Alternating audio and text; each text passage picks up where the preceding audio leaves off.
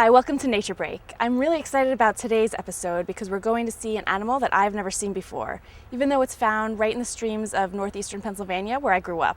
It's called the Hellbender, and hopefully that name is enough to make you keep watching.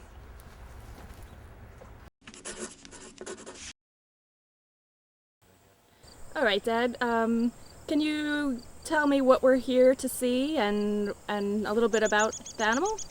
Well, we're here in the central part of Pennsylvania on the last day of summer to see the world's, should I start You over? can start over. We're here on the last day of summer in central Pennsylvania to see the largest North American amphibian.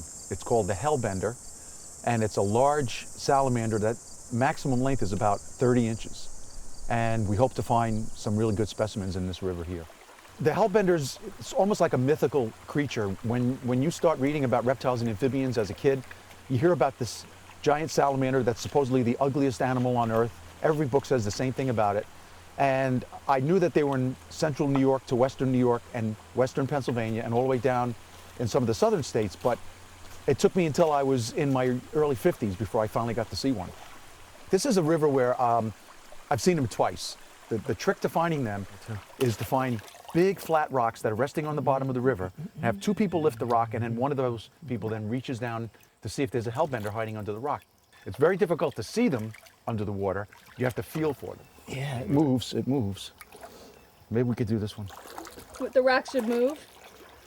Are they better if they move? It has to be a little bit loose so that they have a room for it underneath. Okay, I got it. Nope. What's that? It's a crayfish. This is what they're feeding on. What, are you nervous about finding them though? Yeah, well, when you don't find them right away. When I came here first time with Rick, we found one under the first rock.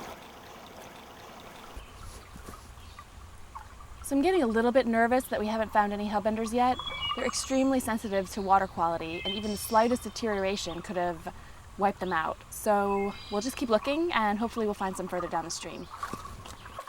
Okay, so what do you think we haven't found them for? So far, I think every rock we've lifted has had other rocks underneath it, whereas the hellbenders, let's do it over. Hellgrammites? That's what they eat, hellgrammites. Hellgrammites are these big insect larvae that they eat, one of the major sources of food that they have. Okay. Anyway, go ahead. Okay. Okay, why haven't we found them so far? I think every rock we've lifted has been the right size, but underneath these big rocks are other small round rocks, which doesn't give them any place to sit on. So I think we have to lift up big rocks that have nothing but gravel underneath them, and that's where the hellbender should be, right on the gravel or the dirt floor of the stream itself. Okay, hold that up and I'm just gonna film underneath here so we can see what you're talking about.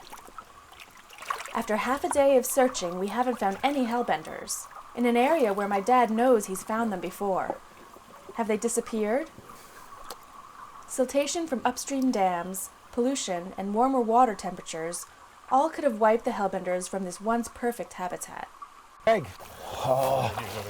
You still see him?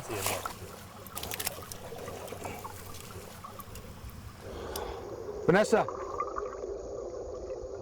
Well, it's a real relief to find this hellbender, but this video is getting way too long, so I'm going to cut it here. In my next video, we'll take a closer look at this amazing animal.